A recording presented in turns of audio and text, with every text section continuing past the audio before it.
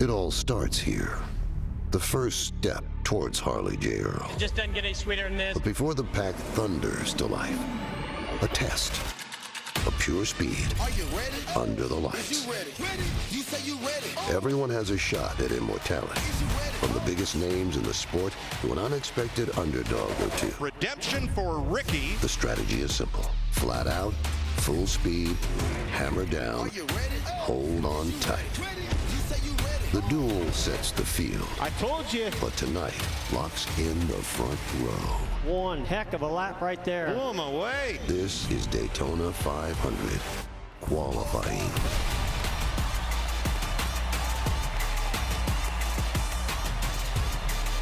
Welcome back to Speed Weeks, presented by Advent Health. Tonight, they'll run for the pole for the Daytona 500. The front row will be set. And here are some of the contenders for that prized position. But it's not all about the front row and where you line up in Thursday's duels that you'll see live on FS1. It's about the drivers who are trying to make the race without a safety net of a charter that guarantees them in the race. And believe it or not, that includes seven-time Cup champion Jimmy Johnson, because he's no longer a full-time Cup driver with a chartered team. And Travis Pastrana, who's raced in the Xfinity Series and has starred in the X Games. He's got one Cup race under his belt. And oh, by the way, there has been no practice today.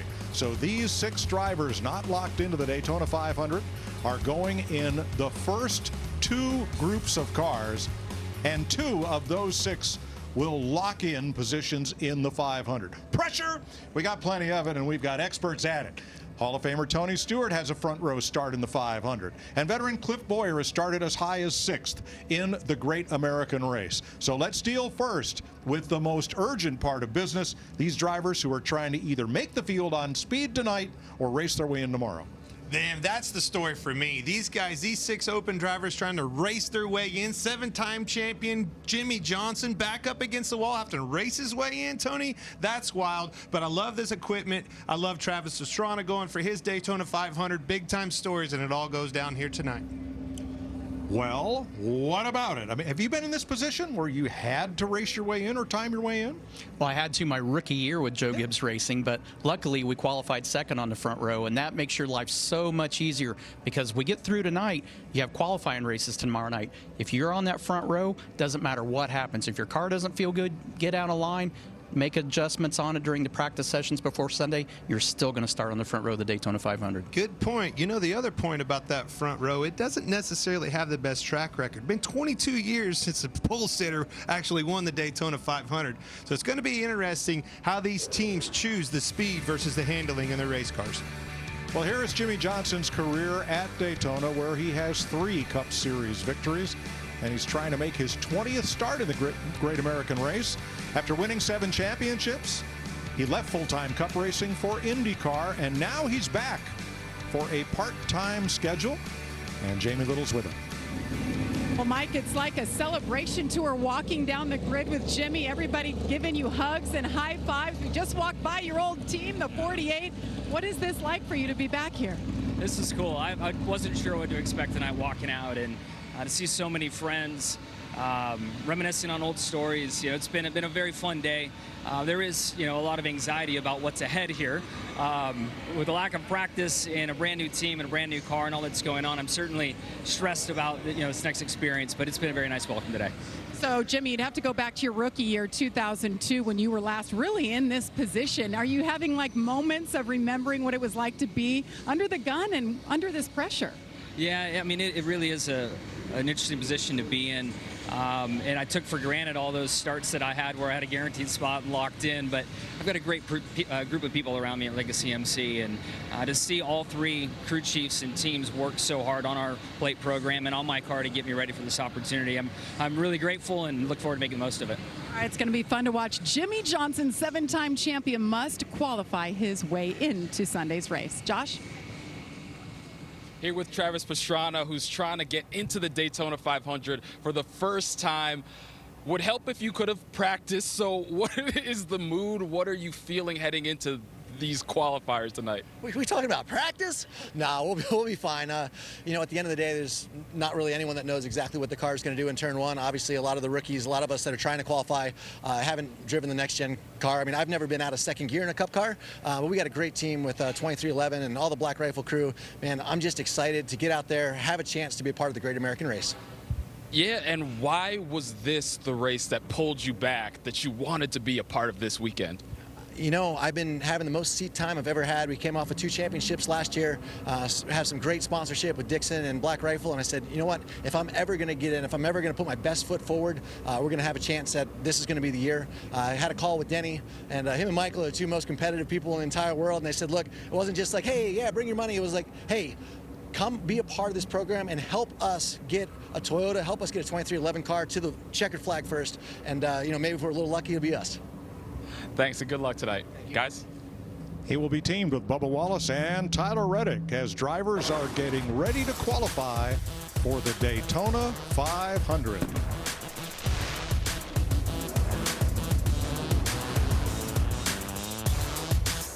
After a year of parity, turmoil, and unprecedented change in 2022, 2023 takes the green saying, hold my, well, wheel. After 15 years piloting the number 18 for Joe Gibbs Racing, Kyle Busch makes a dramatic left turn.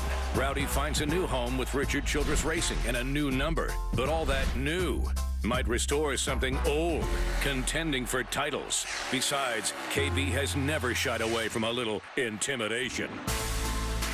Driver of the number 8, Tyler Reddick, says goodbye to the boys and welcome and hello to his airness. The 3-time Cup Series winner will compete for 2311 Racing, driving the number 45 vacated by Kurt Busch, who retired from full-time racing in 2022. Reddick will join Bubba Wallace in the 2-car stable owned by Denny Hamlin and the GOAT, Michael Jordan. Speaking of GOATs, Jimmy Johnson is back. He teams up with fellow 7-time champion Richard Petty and Maury Gallagher to add owner to his resume. Johnson will look to make a few starts in 2023 as well, including the 65th running of the Daytona 500. 7-time will partner with youngsters Eric Jones and rookie Noah Gragson. Noah isn't the only driver being promoted this season. Reigning Xfinity champ Ty Gibbs picked up a golden ticket from Grandpa Joe to drive the 54 in the Cup Series for JGR. The number 54 replaces the 18, which will sit idle in 2023 for the first time in team history. AJ Allmendinger will run a full schedule in the Cup Series for the first time since 2018. Trophy hunting in the number 16 for Kaulig Racing. Stewart Haas Racing shuffles the deck as Ryan Preece takes the wheel of the 41, while Cole Custer is dealt to the Xfinity Series in the 00. Like the single lug nut of the next-gen car, so spins the wheel of change for 2023. That's another episode of As the Wheel Turns. There'll be a quiz tomorrow night. Here are the driver changes from last season. And the biggest question I've had on this is, why did Jimmy Johnson take 84 for his number? Well, 48's not available. That's at Hendrick Motorsports. And he said 4 and 8 have always been important digits in his racing career. So he found a way to use them. 84 is the number. A lot of changes for drivers and also for these cars, Larry McReynolds. Yeah, it is, Mike. But one thing has not changed is teams are coming here to qualify just as fast as they can. This is the stoutest group of open teams that we have had to show up for Daytona since the inception of the charter teams back in 2017. And the one X factor, Mike, when you look at these 6 charter drivers, other than Jimmy Johnson, that has 38 starts here at Daytona, including 2 500 wins, the experience level, even Austin Hill in the 62 car that won the Xfinity Series race a year ago, the experience level is little to none in a Cup car at any type of racetrack. And what these crew chiefs, Darren Shaw, his crew chief told me, we do not want to have to depend on the dual race tomorrow night, which might even include a green flag pit stop. We want to get the job done tonight. I think all of these teams, they brought all they could as far as speed for tonight, and then worry about tomorrow night when it comes. Sure would make things easier tomorrow if you time in tonight. So, who are your picks for the 2 open time trial spots tonight? And who is your pick for the pole?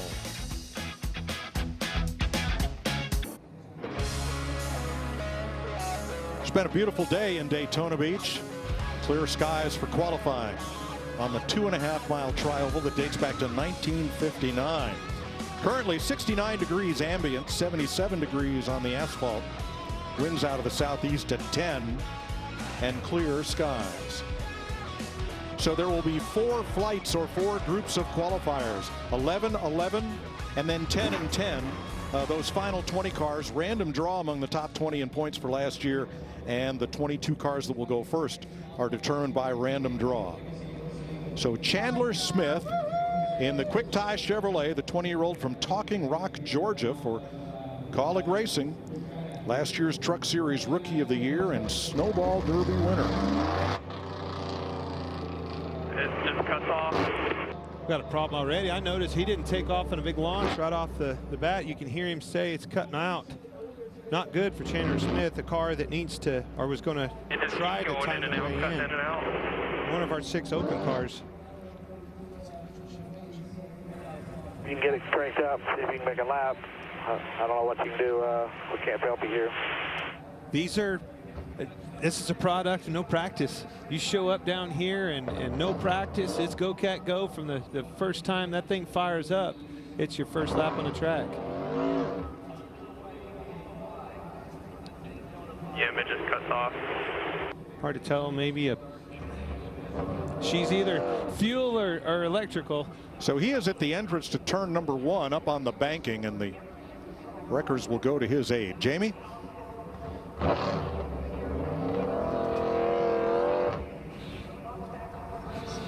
And Mike, one of those big stories is the fact that they have not been in the cars yet. And you see one of the issues right there, Bubba. What is this moment like? Going to crawl in your car and get her up to speed and qualify with no practice? Yeah, I get it. But I don't. It's their first race to start the season, and we don't look like professionals, which we're supposed to look like. So I think practice would have been key.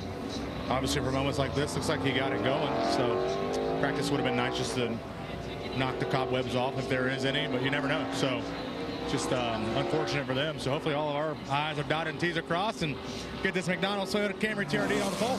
Little nerves, got to go for it. No nerves, we're good. Well, let's add a little context to this. Coming out of COVID, NASCAR ran races with no practice or qualifying. Line them up, fire them up, and let them go. And then qualifying and practice gradually return. But they showed that this was a possibility and something that could be done when NASCAR got to setting the schedule for this speed week. And NASCAR did the best job, in my opinion, of any pro sports out there of coming out of COVID and figuring out how to operate and get back going again. I think they did it better than anybody else. They were creative. They did things outside of the box that they'd never done before. This is a product of it as well. But he's still having trouble. We got that car in 3 and 4 almost on the apron.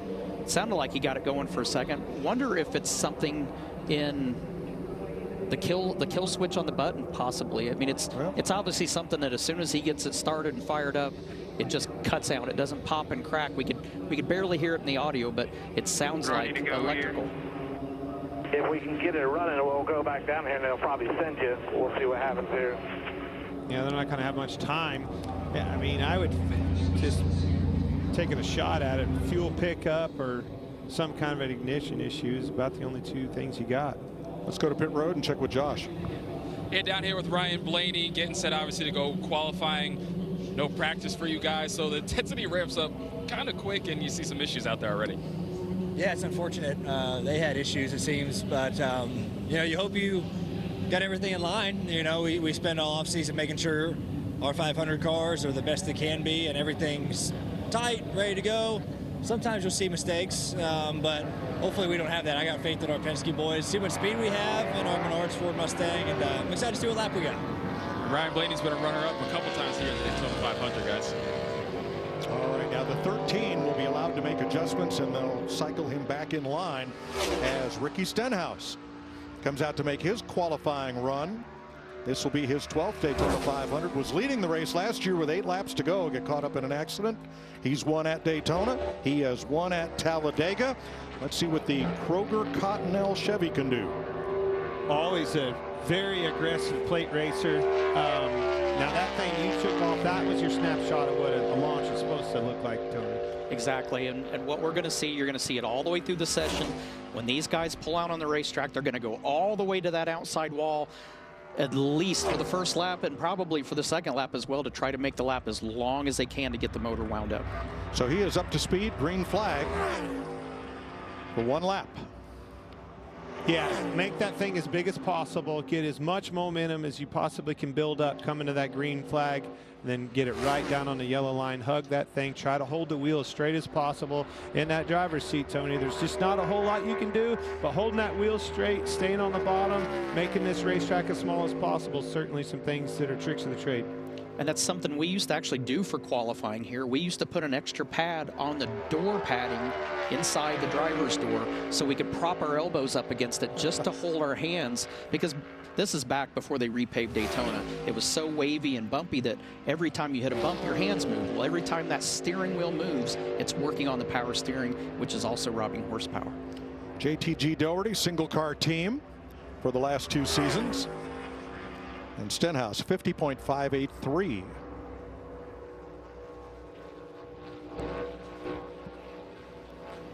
Will be his lap of record. And the 13 will roll out after the 6 of Brad Keselowski. Now an owner in what is Roush Fenway Keselowski Racing, his 2nd year as a team owner. Matt McCall's the crew chief. Both of Brad's cars won their dual races here last year. 7 wins on this style track, but not yet the Daytona 500. He's the 2012 Cup champion in the next Lizette Ford. With the speed and the 6 ball showing up. Didn't have a good clash. Brad is certainly one of the best drafters on the racetrack. I look for big things out of this number 6 Ford Mustang. I think you're going to see him up front being aggressive, making some good pushes, and being a factor in this Daytona 500.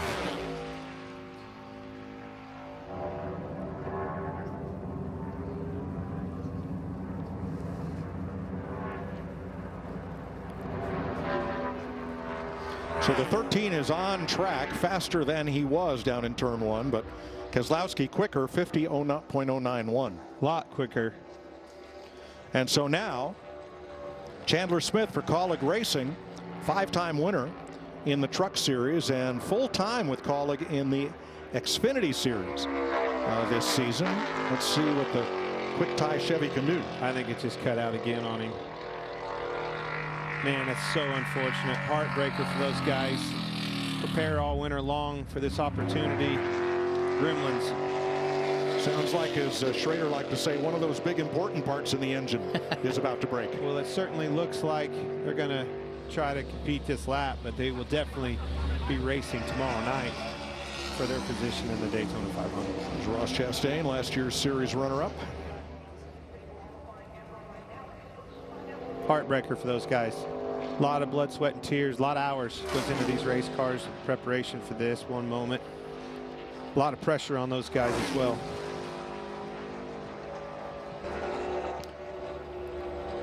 Now, of the 6 cars trying to time their way in, we've learned that one of them, Connor Daly, who is scheduled to roll out 7th in the BitNile.com Chevrolet, will not make a qualifying attempt. Apparently they had an electrical problem and sparks somehow abraded, I guess, an oil line. Something happened there, and they will not be able to run. But their day's not, the Daytona 500 is not over. No. There's still tomorrow night's dual races that's plenty, capable of winning or racing your way into that, Tony. I mean, these guys, they really truly split them up. So by the time we take care of business with 2 timed in guys tonight, you just really have to focus on beating that one guy, whoever that is, in your duel. Ryan Preece for Stewart Haas Racing, 32-year-old modified champ from Berlin, Connecticut. First car I've seen with some skew in that rear end. Got that rear end a little bit sideways, going after that speed in the 41 car. Led a bunch of laps at the Clash a couple weeks ago.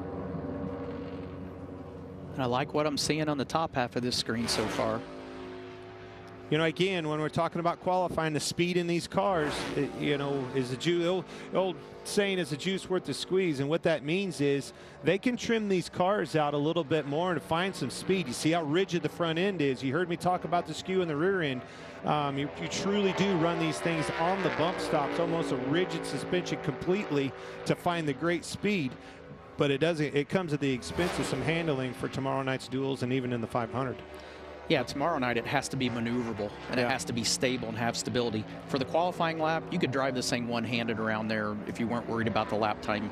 It's easy to drive, but you got to have it maneuverable for traffic tomorrow. Top of the board for Ryan Preece, 50.042. And you see that Chandler Smith had completed his lap. We neglected to give the time, 51.42, second or so off. Justin Haley had the pole for the Clash a couple of weeks ago. And since then, he's won 3 times at Volusia Speedway, just up the road here, about 15 miles. He won a Cup race here at Daytona in 2019 and has 2 Xfinity Series wins here as well. This is the Circle Chevrolet.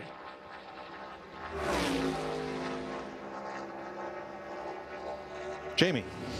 Well, Kevin Harvick announced that this will be his final season, so final Daytona 500 qualifying. Do you think about those things already? I've already thought about all those things. Now you just, when you walk to pit road, you kind of get back into driver mode, and you know, I think we put so much time and effort in trying to plan everything appropriately and lay everything out and lay it all out for everybody else to try to have a good plan going into the thing so that we can concentrate on the competition side of things. So hopefully our Busch Light Ford Mustang runs fast and we can have a good week. All right, he won the Daytona 500 in 07, but he's never won a pole, Mike. We'll see if tonight's the night. One of his teammates, Ryan Preece, fastest so far at 50.04.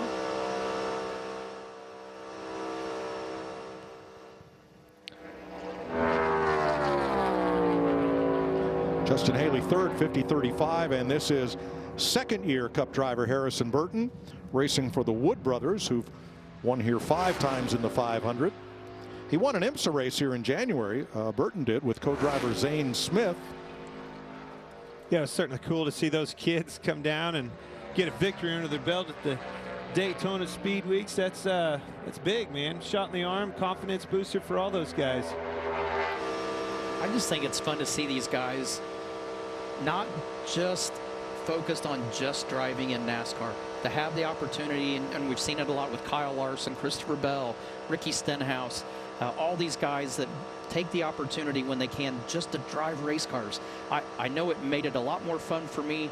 I love what I do in NASCAR, but at the same time, I don't like what I'm seeing up there. But I always like being able to drive other cars. That a little longer than you wanted. 49.99 broke into the 49-second bracket. I hear you, Harrison Burton. Harrison Burton, the Motorcraft X Imaging Ford, now fastest. Josh?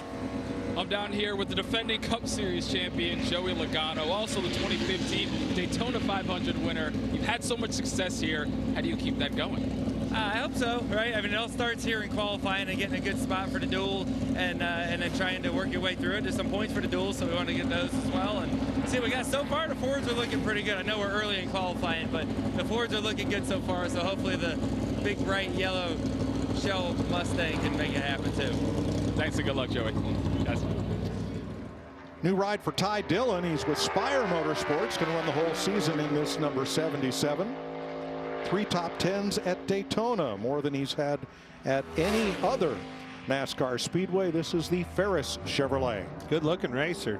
Always thought all tough race cars had black and red on them. Somebody remember your clean cut and your numbers for me? Not what he was looking for there. 51.04 for Ty Dillon.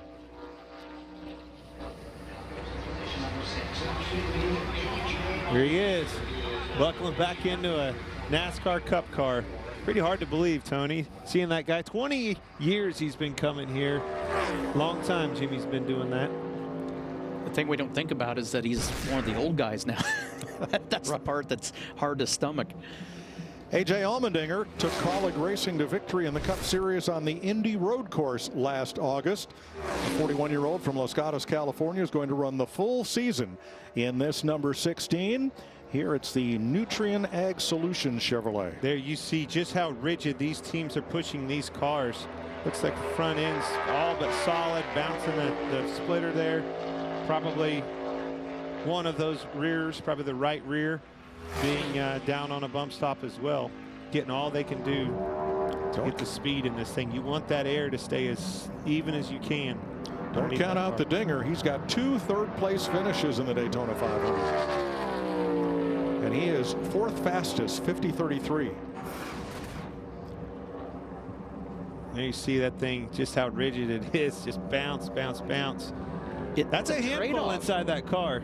Well, and it's a trade-off too. The thing that you watch for is you want to control that ride height because you want to control the air that's going underneath it. But when it's pulsating up and down like that, you're not really controlling it anymore. The one variable in that equation, tires. You can't put a shock on those tires, so that doesn't control the rate that it bounces. Here is Michael McDowell, former Daytona 500 winner. We'll check with Jamie. Connor Daly, one of those guys trying to qualify his way into his first Daytona 500. You started in the Indy 500 9 times, but right now you're in street clothes. What happened with your car? I'm a big NASCAR fan, so I'm out here just trying to watch and gain some experience. But honestly, we had a very like 1 in a million type thing, the oil heater, which is important for qualifying. Basically shorted out and made the oil line explode. So we apparently didn't have another one of those, and a lot of other teams, their spares are on their backup cars. So it was tough. Everyone tried to push really hard, like the ECR engine department. I appreciate those guys working on it. But yeah, I just talked to one of my mechanics who worked on my Xfinity car a couple years ago, and he was like, yeah, I've never heard of that happening ever. So I was like, great, well, 1 in a million type stuff. We'll see what happens tomorrow. All right, he's got to try to race his way in tomorrow night, Mike. That's right. All right, Michael McDowell, 4th fastest with a 50-20 in the Love's Travel Stops Ford. McDowell went to victory lane here 2 years ago. And it brings up 31-year-old Corey LaJoie for Spire Motorsports, a teammate to Ty Dillon. All 5 of his Cup Series top 10s have come on these big super speedways, Daytona and Talladega. This is the Celsius Chevrolet for Corey LaJoie. Yeah, Corey always finds a way to get to the end of that thing, survive. You know, it's such a big part of winning on a draft type of racetrack like Daytona, Talladega. You have to be able to survive the wrecks, the carnage to get to the end, and Corey does a good job of that.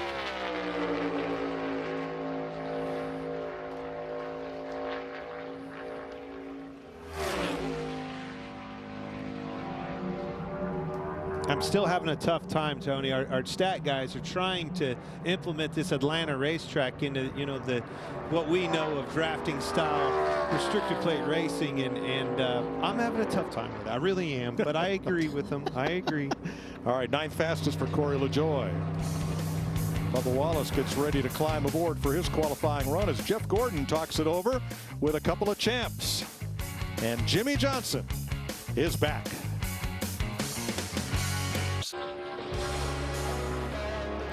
Tonight, the fastest 2 qualifiers will start on the front row of the Daytona 500. And the fastest 2 open cars, those 6 cars not yet guaranteed in the show, they will be locked in tonight. Tomorrow, starting positions determined by the finish in the dual races and qualifying speed. Now, if you look at our pylon, the 4 fastest cars so far are Fords, which has led Clint to make a bold prediction. Well, I told the old stat boys, it kept telling me all week long, these Chevrolets dominating this thing. I see 4 blue ovals at the top of the board. That's what I'm seeing right now. Says Clint at 8:40 p.m. We're here till 10. You saw that car hit the bump right there and bottom out. Again, just talking about how, you know, low and rigid they run these cars. That's nothing more than a bottom out. This is Riley Herbst from Las Vegas for Rick Ware Racing, trying to make his Cup debut. He has 7 Xfinity and 2 truck races here, running his 4th full-time season in Xfinity in 2023. This is the Sunny D Ford. And I'm excited for Riley. I mean, he's done a great job in the Xfinity Series for us. I think it's a great opportunity to run with Rick Ware here at the Daytona 500. Get an opportunity to race with the big boys and you know, see what possibly his future holds here. Well, that's a cool thing about the Daytona 500. You're talking about Riley here. I mean, he has as good a shot as anybody to win this race. If you can survive the melees, you know they're coming. The big one will happen at this race. And if you can survive that, be a part of that top 10, and get up there with a dancing partner, that's all it takes. Riley Herbst, 8th, 50-89. Also from Las Vegas, 24-year-old Noah Gregson, racing for Legacy Motor Club. Last year that was Petty GMS Racing. They've changed their name with Jimmy Johnson becoming an equity partner. Beard Motorsports is the race team. Noah made his Cup debut in last year's 500 and finished a Cup best 5th here last summer, and he timed his way into the race last year for this team. Well, he's not waving to the crowd, folks. He's definitely trying to fill that void, the gap in between the window net and the A post. And, you know, just again, these teams are educating these drivers. You can see his hand right there on that A post. These teams are, you know, that was always a trick of the trade for years, to try to fill that void as much as you can, not let that air inside the car. Excuse me, he timed in last year driving the 62 for Beard Motorsports. He's new to this team this year.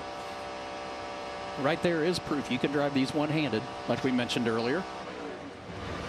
And he is 5th fastest. Good run for Noah Gragson, Josh.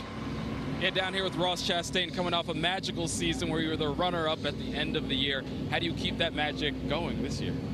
A lot of hard work, Josh. For everybody on our Advent Health Chevy and everybody at Trackhouse, it's not been the normal off-season that we're accustomed to in the industry. A lot of waiting to get back to the track and waiting on our parts to come back in, whether they got recertified or new clips or whatever the case may be. So that left a lot of time for the mind to wander and the heart desire to be better. And we have a lot of desire to continue to prove that we belong here and that our arrival last year wasn't a fluke. Well, the good news is the wait is over, Ross. Good luck. All right, so Noah Gragson is the fastest Chevy. He's in the Wendy's Chevrolet. This is Todd Gilliland. Gilliland's dad, David, was the pole sitter for the 2007 Daytona 500. This is the Generator Skills Ford.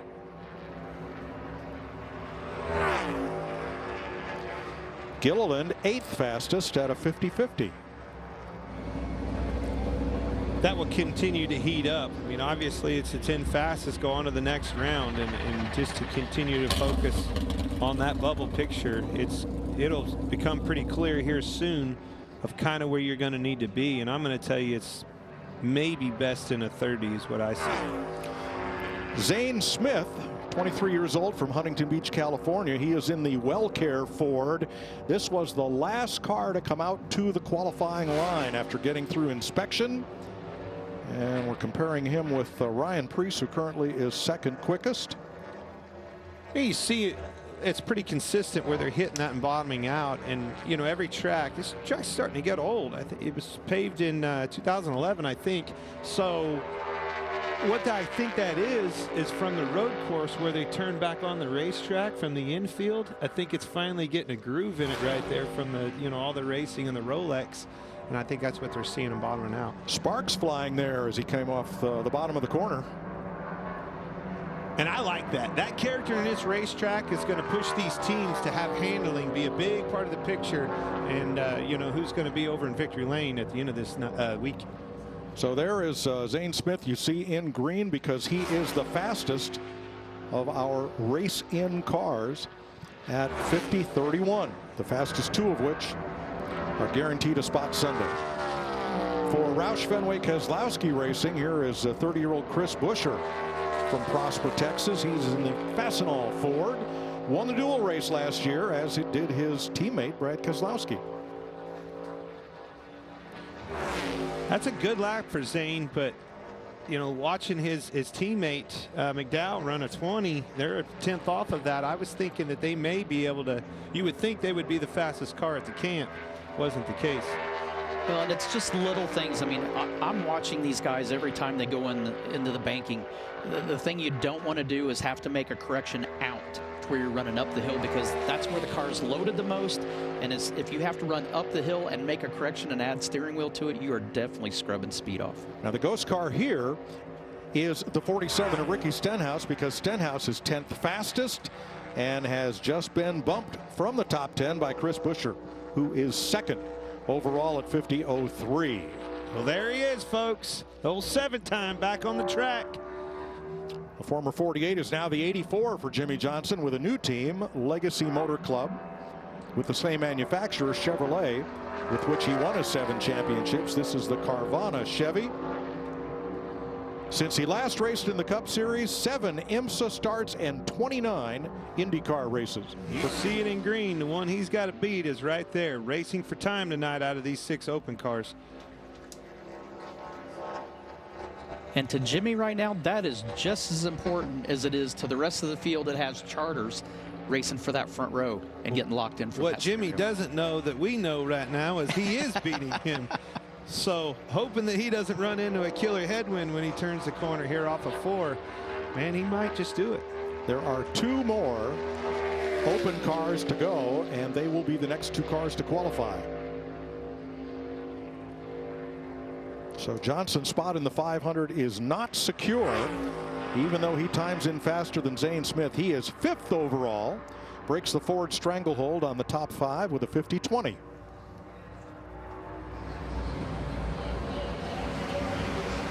Truex, William Byron look on. Jeff Gordon trading notes with Justin Marks, the owner of Team Trackhouse. How about this for a first lap on the track, Tony? Travis Pastrana, this dude's used to doing at least double backflips on a race car or a race motorcycle, and now he's out here trying to qualify in for the Daytona 500 and looking like the same conversation we had with Jimmy Johnson right there, beating Zane Smith. Now this is the first of the Toyotas to run, the Black Rifle Coffee Toyota for Travis Pastrana, trying to make his Cup debut. He went up to Volusia to run the dirt modifieds this week, and his second time out, he won. Means business, and that 2311 can't means business. They have brought him a bad, fast Toyota Camry.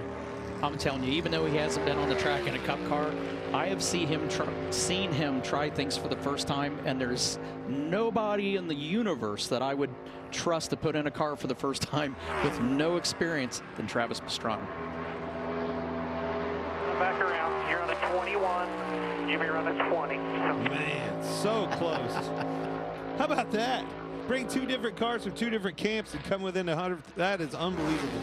So Pastrana 50.208 by 6/1000ths. He lacks for Jimmy Johnson, and Jimmy Johnson is locked into the Daytona 500 on speed. So it is up to the Beard Motorsports entry that was timed into the field by Ty Dillon last year, and this year Austin Hill, who started his career in Legends cars on quarter-mile tracks, the Winston, Georgia driver, was last year's Rookie of the Year in the Xfinity Series with wins at Daytona and Atlanta, and this looks like it could be close.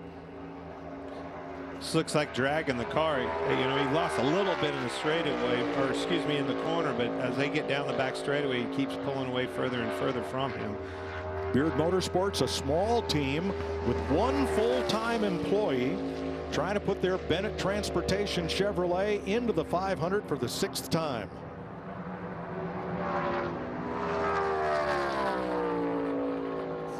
Austin Hill is 12th overall. So he will have to race in tomorrow night.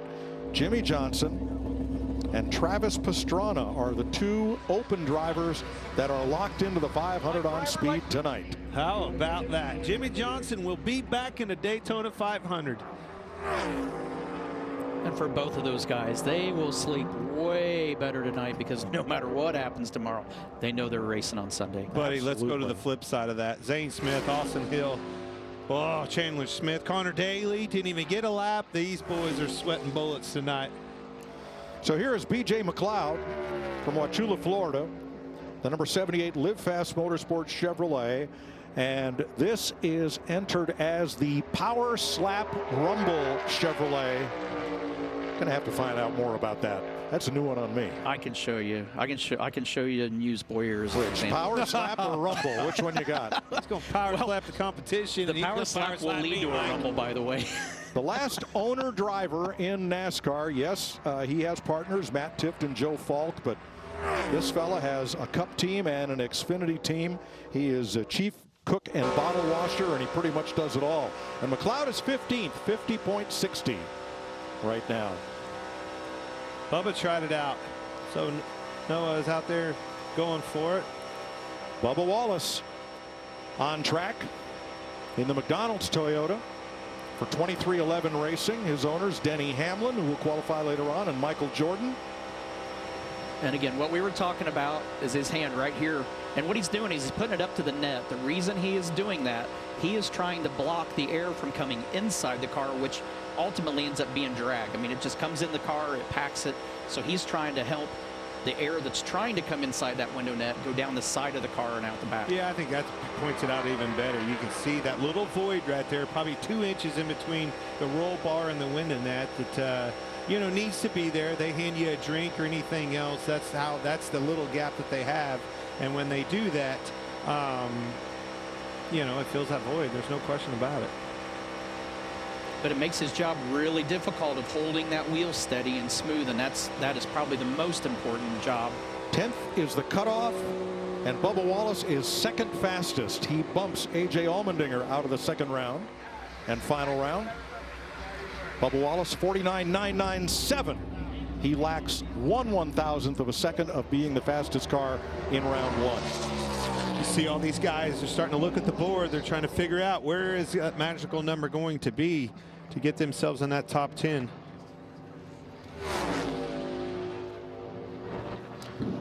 Cody Ware, 27-year-old from Greensboro for Rick Ware Racing. And he'll be in his 4th Daytona 500. Finished 6th in the summer race here at Daytona last year. Driving the Biohaven Jacob Company Ford. That family race team.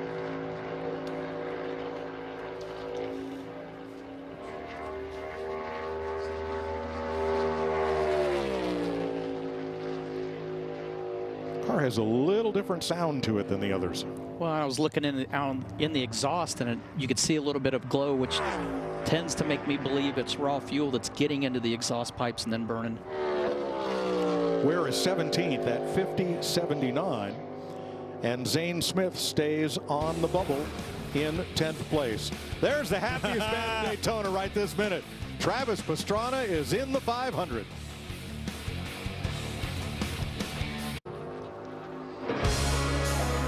Well, we move into the top 20 from last year's points. Let's check with Josh Sims.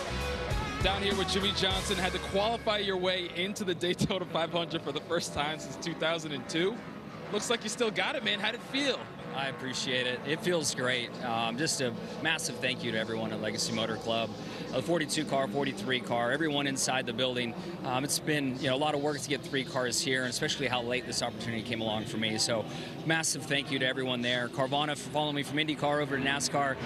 That was stressful. It was hard to tell inside the car if it was a good lap or not. The RPM range is much different than the last time I was in a car, and it just sounded flat and felt slow, but we're sitting in a great spot. It's the fastest uncharted car, and very thankful for that. Jimmy Johnson back in the Daytona 500, guys. And Kevin Harvick running it here for what may be the last time. He'll be in the Fox booth when we come back here next February. This will be his 22nd Daytona 500. He has won it. He has won the Cup Championship. What he has not yet done is started on pole. He started second the first time he was in this race. It's the Busch Ford for Stuart Haas. Going back to Jimmy just for a second, that has to feel different for him. That's a risky scenario that he went for, to come back to this sport, try to qualify for the Daytona 500, but that's just the driver, Jimmy. Now he's an owner, and Tony, nobody knows that better than you. To be able to accomplish that as a driver owner, that's a pretty cool task. Yeah, but I can promise you, when it comes time Sunday and he buckles in that car, he's going to forget that he's an owner. He's not going to think one thing about making payroll, what sponsorship dollars are going in and out, this and that. All he's going to care about and settle in on doing is what he's done best, and that's driving a race car. How about that 4-car, Mike? Kevin Harvick, 5th fastest, 50.08 for Harvick.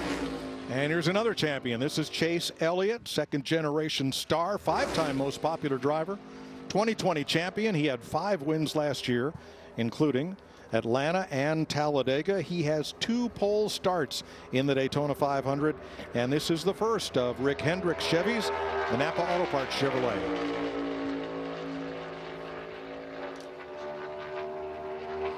Right now, Jimmy Johnson is the fastest Chevy in 7th.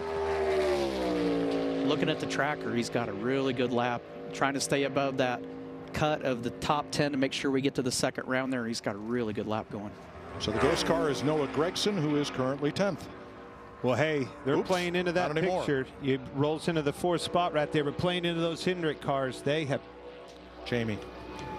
Well, Travis Pastrana has done some wild things in his career. How did qualifying for the Daytona 500 and making it in the field compare? I tell you what, qualifying for the 500, this is literally a dream come true. All my friends, my family, This is bigger than big. Thank you so much to Black Rifle Dixon for giving me the opportunity to be here, and for Denny and Michael and everyone at the 2311 team for giving me a great car. I was sweating having to go to tomorrow. Now, like Kurt Busch said at the end, he's like, now we go to tomorrow, now we learn, now the work starts. Now you get to go racing in tomorrow. Congratulations. Thank you. Chase Briscoe for Stewart Haas Racing in the Mahindra Tractors Ford, signed a multi-year deal in the offseason, and here's the driver's eye view. Another one of these Fords. Fords are really looking strong on the speed, matching his teammate. And looking at those hands, that's exactly what you want to see in there. Is just as smooth, as slow, as smooth of input in the steering wheel. Hey, top of the board, 49.86. That's a shot fired. Big lap for Chase Briscoe and company in the 14. See how close it is there at second. Larry Mack. Yeah, Denny Hamlin, you told us on Race Hub the other day, Thursday through Sunday, you're a driver. I want you to be an owner just for a second. How about that lap by Travis Pastrana? I've been an owner tonight. You know, where we qualify with our FedEx Camry, we feel like we're going to win from anywhere, but so happy for Travis. After you see his interview, I mean, that's what we see all the time with the people that are around him. So really happy for Travis to be able to live out his dream and run the Great American Race here on Sunday. Mike, he was excited, but I don't think as excited as Travis Pastrana. No. Ty Gibbs in the Interstate Batteries Monster Energy Toyota. Now you see two ghost cars, the fastest car, Chase Briscoe, and the 10th place car, Michael McDowell. And as long as he sits right there in the rocking chair, he's going to make it to the final round. There's still a lot of really good cars, I'd say, in that rocking chair. He wants to be on the left-hand side of that chair right now. Yes. Fastest Toyota is Bubba Wallace, 49.99. Gibbs clocks in at 50.10, ninth fastest. That bumps Michael McDowell and moves Jimmy Johnson onto the bubble for advancing to round 2. The thing I like about what they're doing right here is it's starting to paint a picture of teammates. You've seen Chase Elliott go in that Hendrick camp. We know how strong they are on pole night here. You see Briscoe, Priest, and Harvick. Ford boys, SHR guys. You've seen a Gibbs car now. Now you're going to start seeing their teammates, and I think they're going to see them following suit. So this is Ross Chastain in the Advent Health Chevrolet for Trackhouse Racing, which had a breakout season here last year. You see on the left-hand side of his cockpit, his rear view camera, where we used to just have a mirror above the center section of the dash. Now they have that camera they can put anywhere. Now there's nothing wrong with this camera. The digital dash data is dithered so that you can't see it at home, and neither can the other teams. That's intentional. That's fine, though. There's not information on that dash that we don't. I mean, you're talking temperatures and things like that, and that stuff's, you know, secrets of the trade, and it's depending on what manufacturer you have, on what temperature you can get away with. I don't mind that a bit. Sixth fastest for the Watermelon Man. I want to see what those guys have on their hands, those camera angles. You know, Tony, that's something that this new car brought to the table, and I don't know that I could just get used to it. A lot of the drivers have implemented it. You see them. Some guys still have both. I mean, it's no different than driving. You know, my wife's car has a camera in it. Every time I get in it, the first thing I do is flip that thing off. A lot of skew in this car. Here's the champ, Joey Logano for Team Penske in the Pennzoil Ford. Now, Logano in 2009 was the youngest driver ever to start the Daytona 500 at age 18. He has started as high up as the second row, and he won it in 2015. Two-time champ of the Cup Series, trying to take the top spot from Chase Briscoe. Looky here, boys. Four-time winner last year, including Phoenix, the championship race. And look how close it is from first to 10th now. But look how smooth he is. He's obviously putting his hand up and filling that void. But you see his wheel. That car's handling good. And Briscoe's coming back quickly off of turn 4. And it is Briscoe E2 right now, 49. by 12 one-thousandths of a second. It was right there off the turn 4. He really... I don't know what that was, Tony, a headwind or something, but he definitely lost speed on the tracker to Briscoe, all from turn 4 to the start finish line. Now that bumps Ty Gibbs out of the top 10. Brad Keselowski now has the bubble spot You're looking at Eric Jones from Byron, Michigan, 26-year-old from the Legacy Motor Club team, formerly Petty GMS Racing. That's his number 43, the Guns N' Roses entry. You see how rigid that car is on his steering. See how he felt like he needed to put both hands on the wheel. Something that I liked about Joey Logano's car is his hands and that wheel were very, very smooth for him going through the corner. And that's why Eric's taking his hand off to put it on the steering wheel in the corner where the bumps are, where the most load is. He's trying to make sure he's holding a smooth wheel. And then when he gets on the straightaway and doesn't have to work so hard, that's when he can put his hand back up. Larry. Yeah, Mike, you asked me a question at the top of the show. Differences in these cars for 2023. And I think we've well documented all three manufacturers got a hood and a nose change. Now, right now, as you see, we're still a long way to go in qualifying. 7 of the top 10 are Fords. What I have been told just since I've been down here on pit road, that the new nose on the Ford is probably better for drag, more straightaway speed. They don't think they're going to pay a big price when it comes to handling, but we probably won't know that until Sunday. Thanks, Larry. Eric Jones 15th at a 50.28. And here is perhaps the biggest story of the off-season moves. Kyle Busch leaving after a long career at Joe Gibbs Racing, following 3 years at Hendrick Motorsports, and here he is with Richard Childress. He's taken over the number 8, new team, new crew chief, new spotter for the two-time champion from Las Vegas, Kyle Busch, in the 3-Chi Chevrolet. I think this is an awesome opportunity for him, Richard Childress, everybody at RCR. This is going to be a big year for that 8 car. I believe it.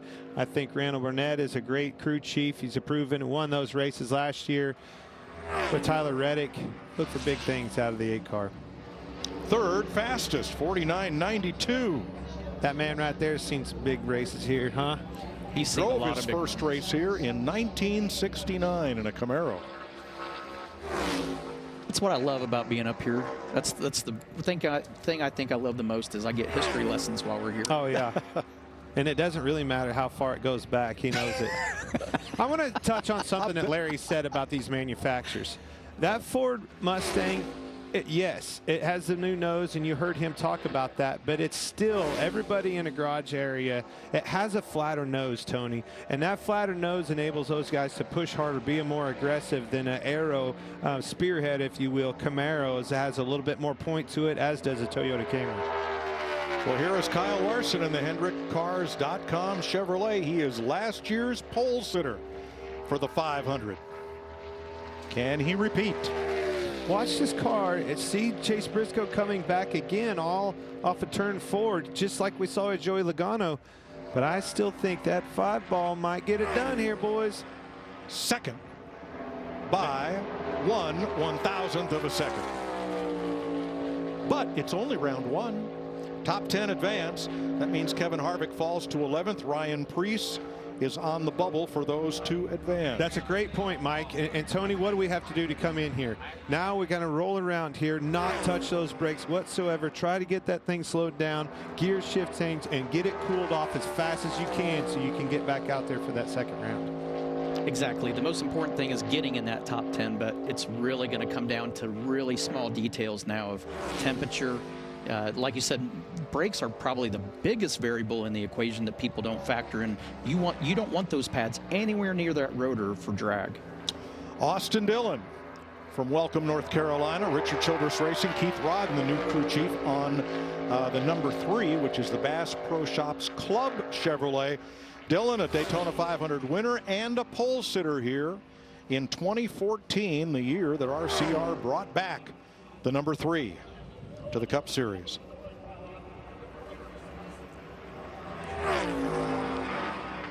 '23rd for Dillon, 50.41.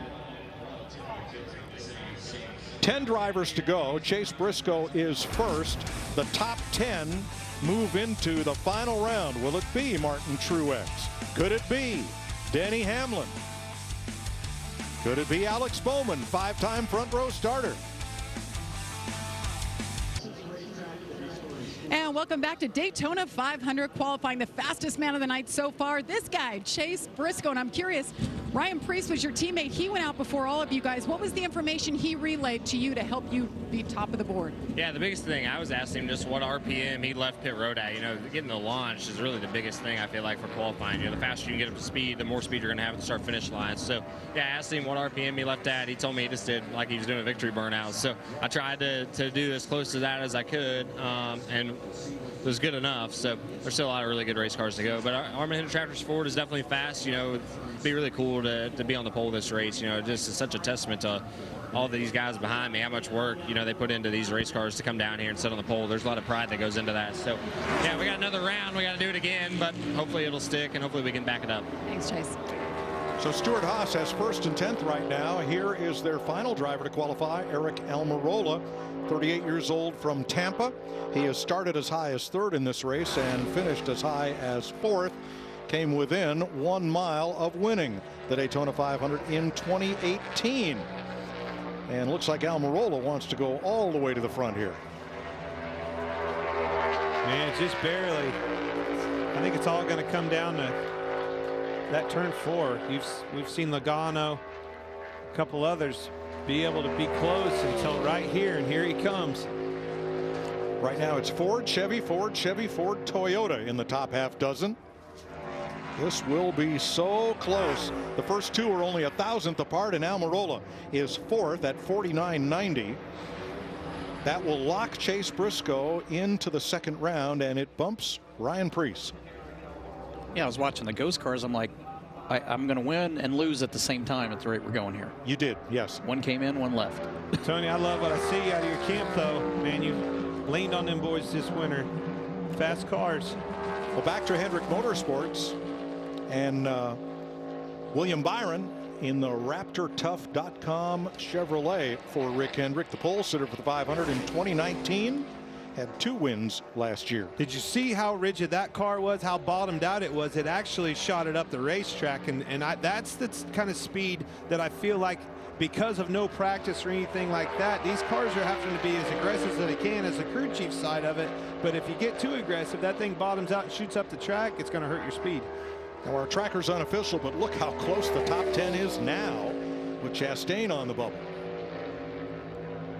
Byron headed for home, not gaining on Briscoe in the final straightaway.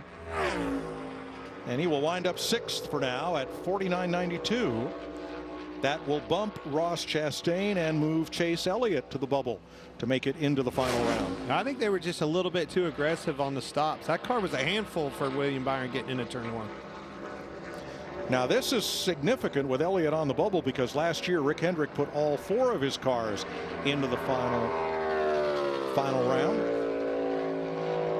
Ryan Blaney, 29 years old from High Point, North Carolina, 3rd generation star, ended a 5-year winning streak last season. He has won at both Talladega and Daytona, and his 2 runner-up finishes in the 500.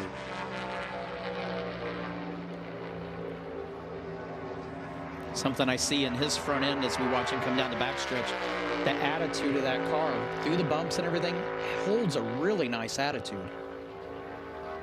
Don't see all that bouncing up and down that we saw in some of the earlier cars. Last year it took a lap of 50.15 to make the second round. Already Chase Elliott 50.03. So this is going to be a quicker group going into the finals. And there is Blaney. He is 7th. He will bump Chase Elliott out of the final round with a 49.96. Look how tight those lap times are. I'm starting to get nervous. I'm in them 90s, Tony. Yeah, I remember when we got early into the show, you talked about 30s and you thought that was going to be the cutoff. I mean, we have far exceeded that, but like you mentioned, looking at how tight these lap times are, it doesn't take hardly anything from a driver's perspective. You can't make it go faster. All you can do from a driver's side is make it go slower. You start getting in the late side of a 90 over here, you're going to be in trouble. I'm telling you, I think it's going to be an early 90 to make this final 10. Well, this is Martin Truex Jr. in the Bass Pro Shops Toyota, winner of the Clash a couple of weeks ago out in Los Angeles. He will make his 19th Daytona 500 start, driving car 19 on February 19th. If you like numbers, there you go. But right now, he's got to try to get into this top 10 where it's going to take a lap of 50.03 to do it.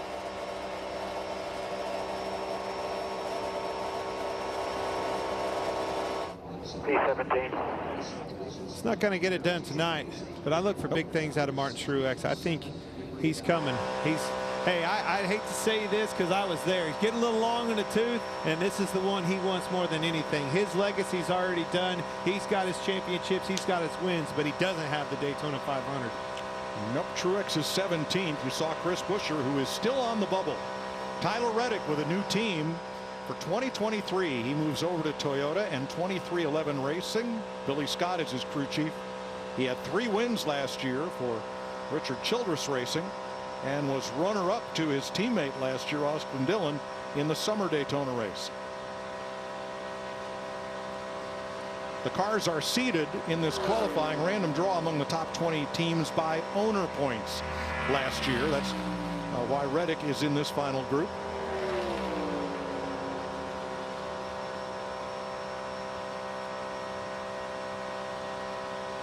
That car's pretty smooth. You hear that RPM, just a steady Eddie RPM. Old girls are singing, good tune. 17th with a 50-10. And Buescher remains on the hot seat with a 50-03.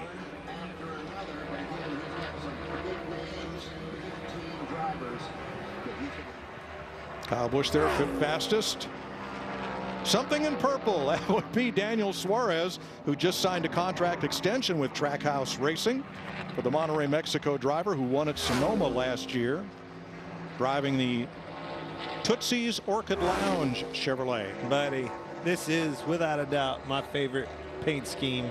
The Tootsie's ride, the Tootsie Bar, the legend. You never had any fun in there, have you, Tony? I don't know what you're talking about. You but what I see that do like color in Nashville, and you can immediately get a headache. But what it does remind me of too every time I see this paint scheme is the IROC paint scheme that we used to see when we got invited to run the IROC series. There was always a car that looked almost identical to that, and it was really easy to stand out. Pretty close on this bubble. Suarez is in 50.022, 1/100th of a second. Better than Chris Buescher. Moves Suarez onto the bubble with 4 cars to go. Boy, there's some 4 good ones too, though. Gonna have to hold strong there. Denny Hamlin, the 42-year-old from Chesterfield, Virginia, with crew chief Chris Gabehart. And this is the FedEx 50. Toyota, as his sponsor, celebrates its 50th anniversary. Hamlin now a 3-time Daytona 500 winner. Only Richard Petty with 7 and Cale Yarborough with 4 have more Harley Earl trophies than Hamlin. He's done it all, checks all the boxes. He survives, knows where to be on the racetrack, knows how to get to track position, and more importantly, that track position with some help that could propel him to this big win. Looks like he's going to need some help here, though. Yep.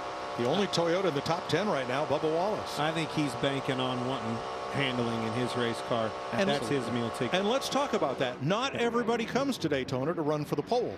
Absolutely. I mean, especially a guy like Denny Hamlin, like you mentioned, he knows how to put himself in the right positions at the right times and do the right things.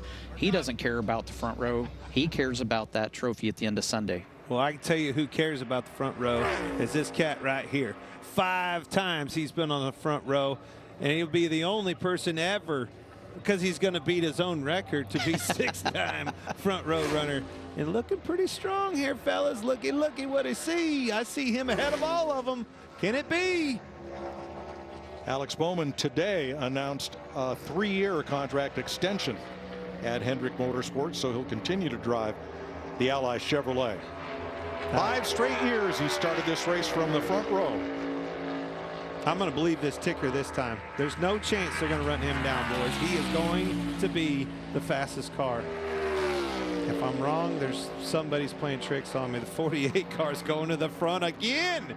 Holy cow.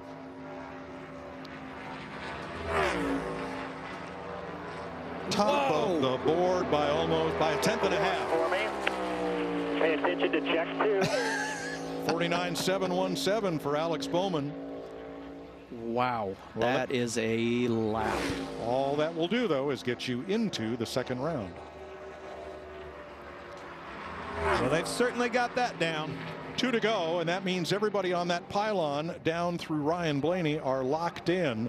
Christopher Bell, the 28-year-old from Norman, Oklahoma, crew chief Adam Stevens in a Joe Gibbs Toyota. 3 wins last year, finished 3rd in the standings.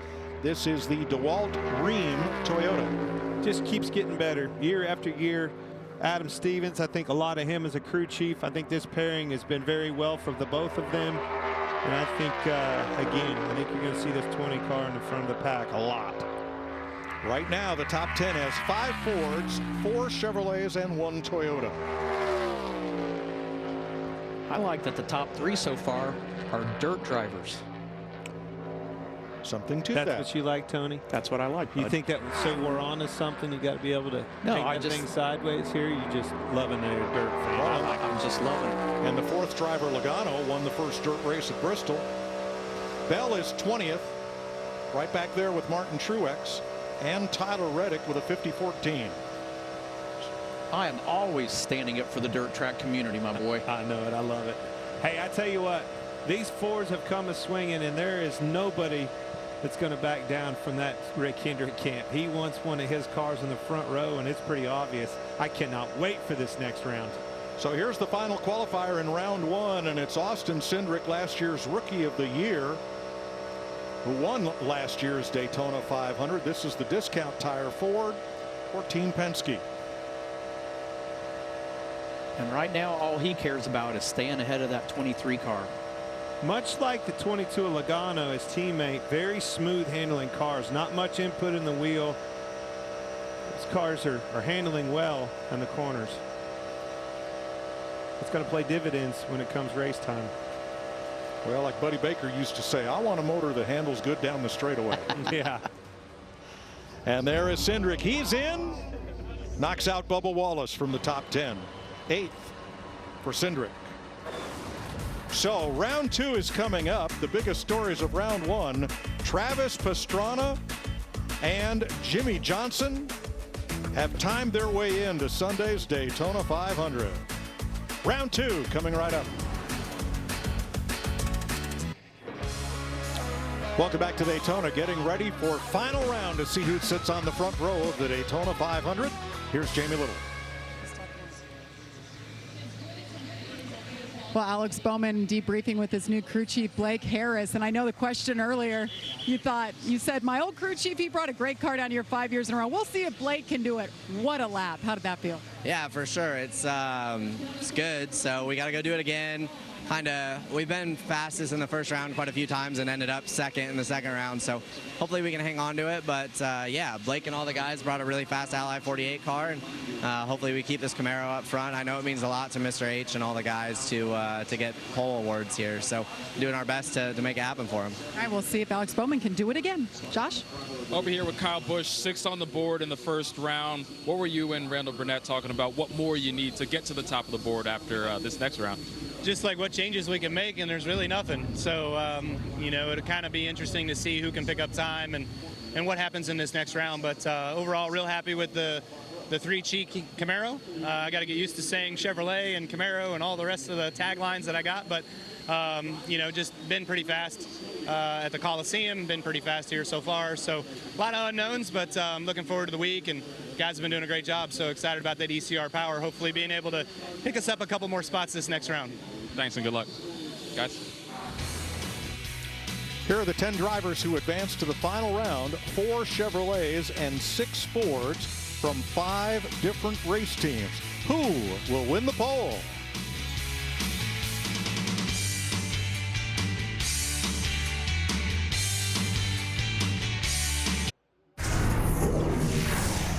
Look who's back in front. Bill Elliott is there. And Earnhardt, in his 19th try to win the 500, has moved into 2nd position. And Jeff Gordon has come to 3rd. Here goes a pass. Gordon making a move on the inside of Earnhardt. Oh, Jared's loose. Down the back straightaway. Big trouble. Earnhardt out. 5 to go and they come by. Elliott in front. And now you have those Hendricks cars, second, third, and fourth. Whoa, look down on the flat here. Gordon's trying to get by Elliott going into turn 1.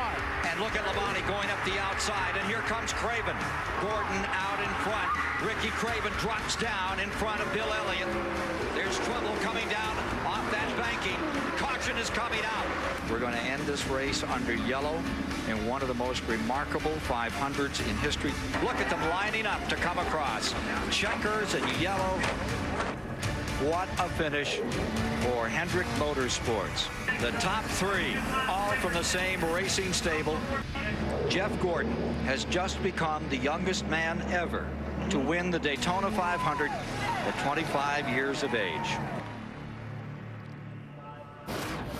Ken Squire calling the race on CBS. 1, 2, 3 for Hendrick Motorsports. They've now won 15 Daytona 500 poles. They've had at least one car on the front row in the last 8 of these races, 7 of the last 8 poles, and they've swept the front row 8 times. Yes, I would say qualifying is important to Rick Hendrick and his crew. A number of drivers have started on the front row for the 500 5 times, but only one has done it 5 times in a row, going for 6. Bowman, the showman.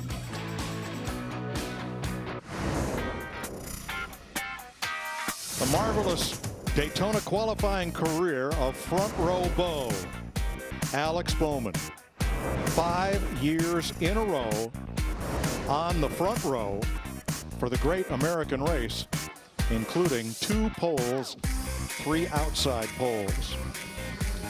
How many of the 5 drivers with 5 front row starts in the 500 can you name?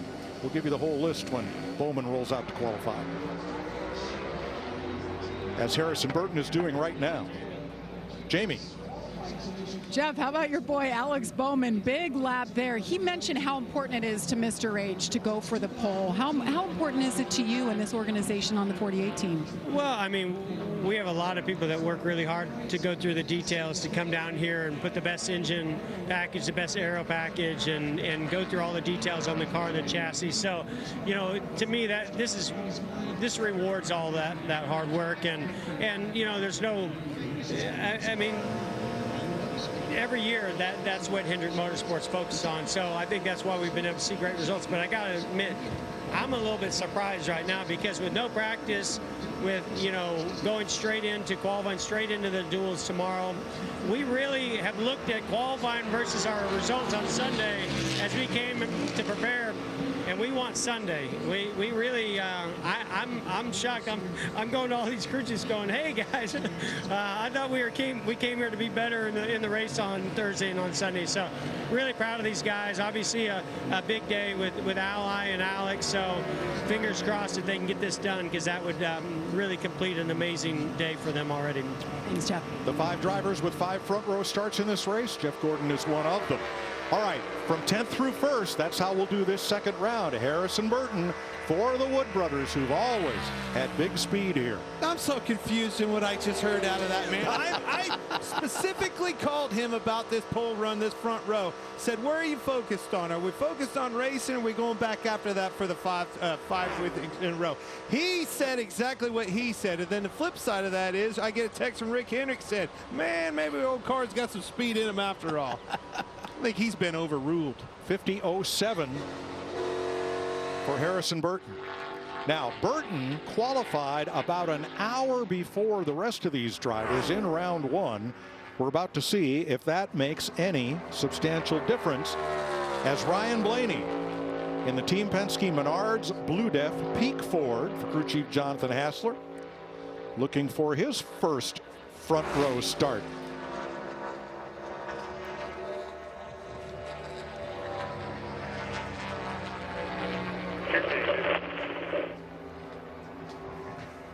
Well, these are both effectively Penske cars. They both come out of the Penske shop, even though the 21 is owned by Lennon and Wood, the Wood brothers. So that they should be running right on top of one another is no surprise.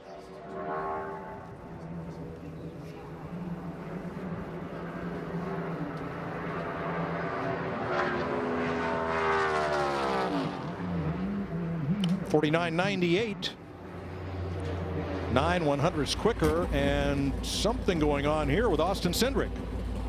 Yeah, but I may not even send you here because I'm not sure we're going to get it low enough. Yeah, there's no way. We would never make it.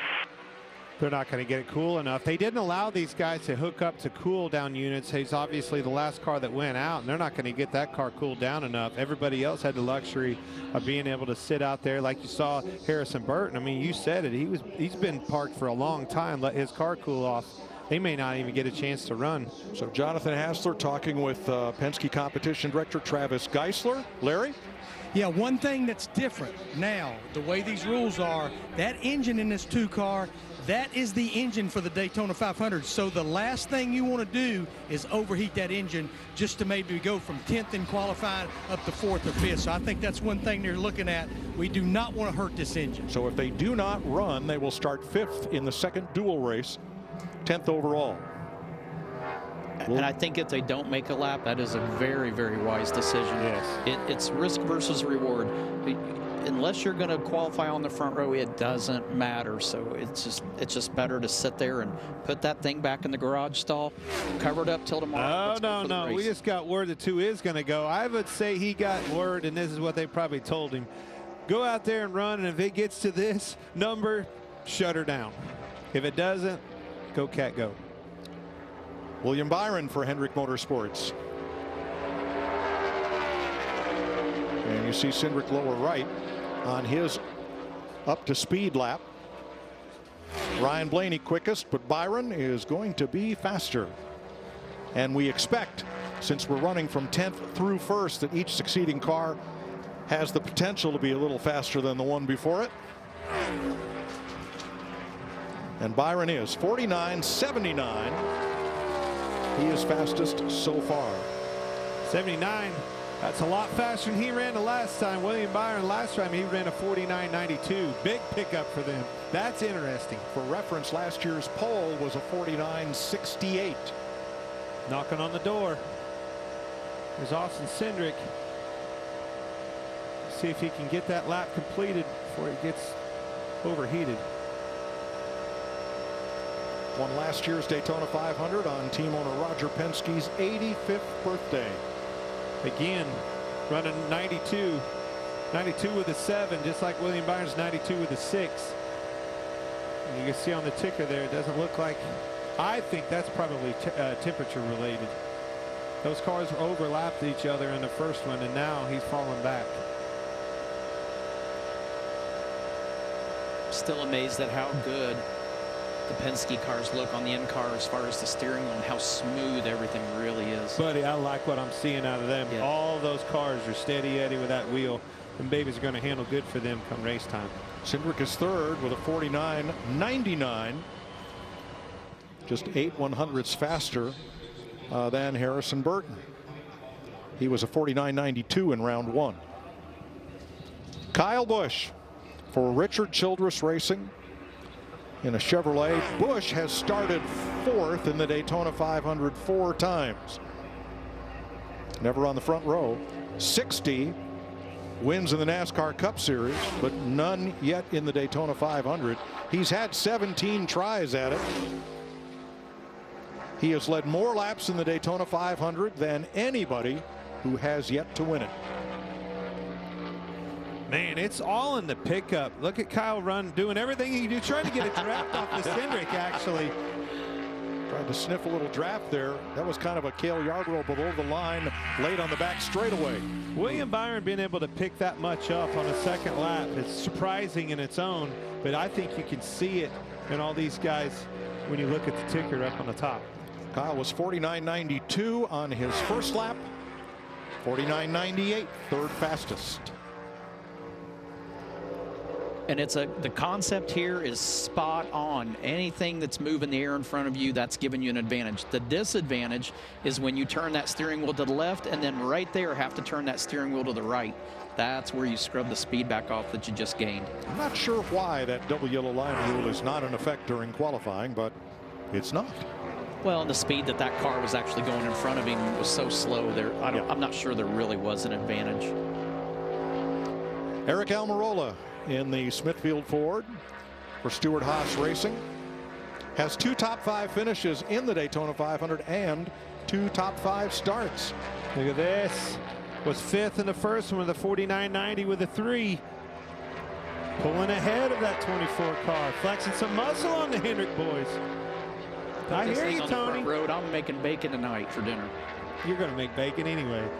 Yeah, I am. Entered last year thinking it might be his final Daytona 500, but then came back in a multi-year deal. Always. I know one car owner of his is glad he did. I'm very grateful. Didn't get it. Oh, 1/1000th of a second slower than William Byron. Big pickup for that 10 car. Stuart Haas Racing. Keep an eye on it. Still got his teammate that was really fast. Picked up a whole 10th there. That was a good pickup. Joey Logano, the series champ, 2-time champion now, has 14 Daytona 500 starts. He has started in the top 5 times, finished in the top 5 3 times, with a win in 2015 for his current team owner, Roger Penske. You know, one of the things looking back on his lap, and I'm talking about William Byron versus his first, that car didn't seem to bottom out near as hard as it did in turn 1 on that first lap, where we talked about him doing a little hospital hop. Maybe adjust, maybe some air pressure, get that thing off the stop a little bit, something. Didn't seem to, maybe it just, he was ready for it. Well, and I think what we saw too is it could have wore some of that splitter off. Those vertical edges on it might have worn off, and that's what we saw when he went out and qualified, when it hit it. Gonna be so close. Nope. Third. 49.803, 4/1000ths off of William Byron. Wow, look how close that is. 3/1000ths slower than Almirola, 4/1000ths slower than Byron. It is truly a game of inches. 3 to go, including last year's pole sitter Kyle Larson from Elk Grove, California, in a Rick Hendrick Chevrolet for crew chief Cliff Daniels.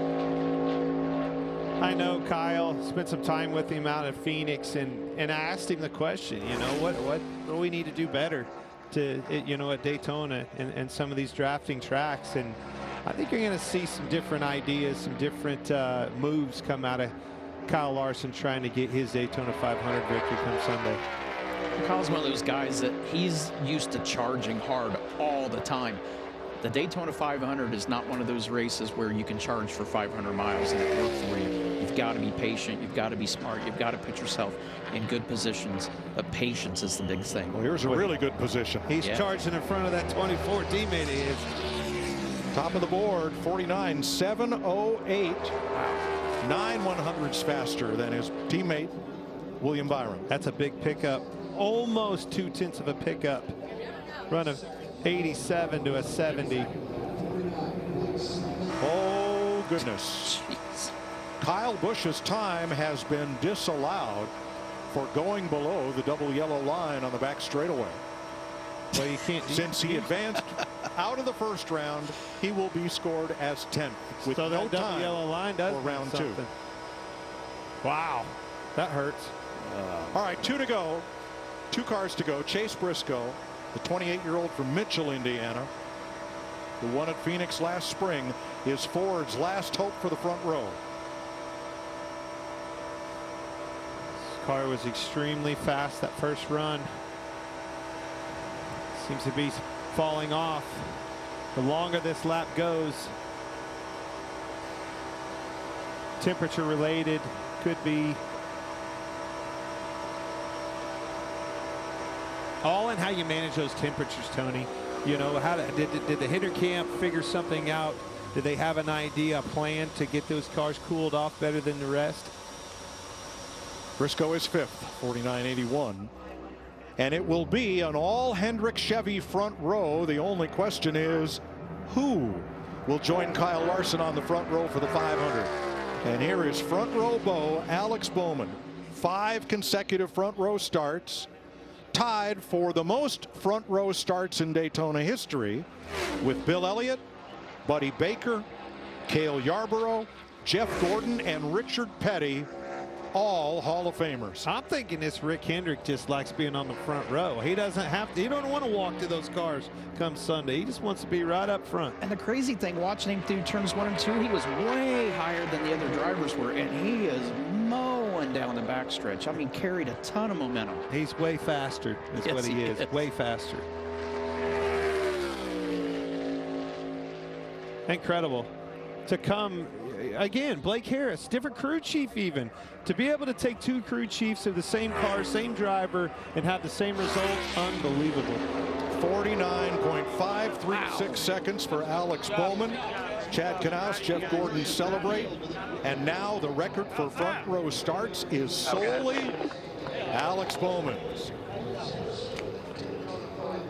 We will talk to the front row when we come back. It's an all Chevy, all Hendrick party in Daytona.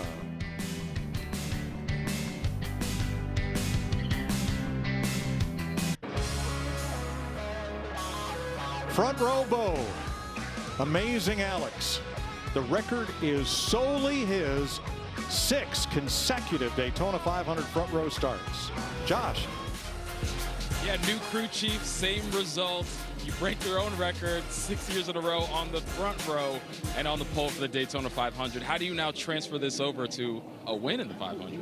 Yeah, that's the trick, right? We've obviously not been able to do that for the last 5 years. So just trying to make the right decisions and transfer everything over to race trim for Sunday the best we can. So just so proud of Hendrick Motorsports, the engine shop, all the guys. This Ally 48 Camaro is obviously really fast. I don't have a lot to do with qualifying here, so just fortunate to qualify some really fast race cars, and really cool to see Hendrick Motorsports 1, 2, 3. So yeah, petition to make Blake do the 5 hours of media tomorrow for the pole award, but I'll take it. It's pretty cool. Your pole sitter, Alex Bowman. Jamie? And his teammate Kyle Larson starting on the front row for the second time. Mr. Rick Hendrick was just on the phone with you. What did he say?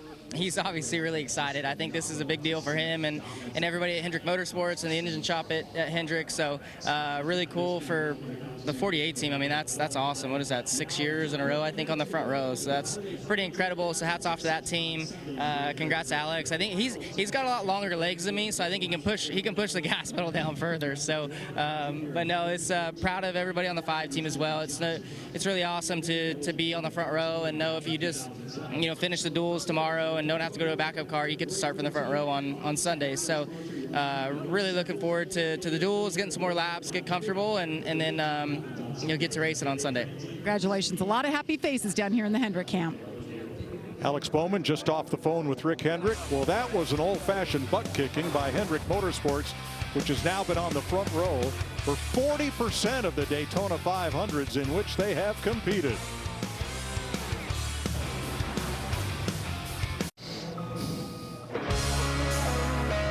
Daytona 500 qualifying is complete. The results fairly predictable.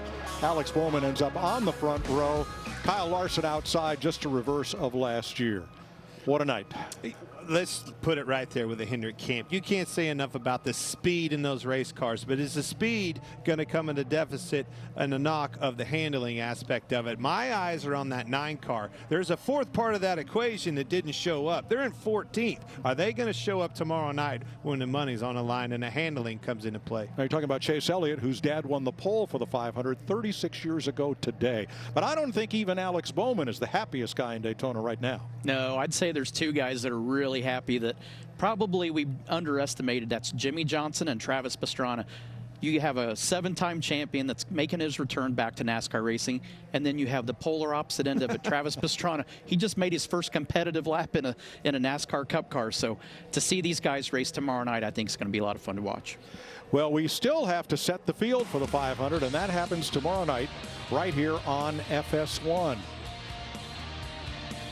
In the dual qualifying races, and dual 1 with Bowman and Byron up on the front row ahead of a bunch of fast Fords. Logano, Blaney Burton, and Bubba Wallace, the fastest Toyota qualifier. You said Bubba Wallace in the Toyota. That's the one, the camp that really didn't show up the best. So I'm really interested to watch the Toyota boys. You said the Fords are fast. They're going to be finding each other, and the teamwork is going to be on display, and it's going to start tomorrow night.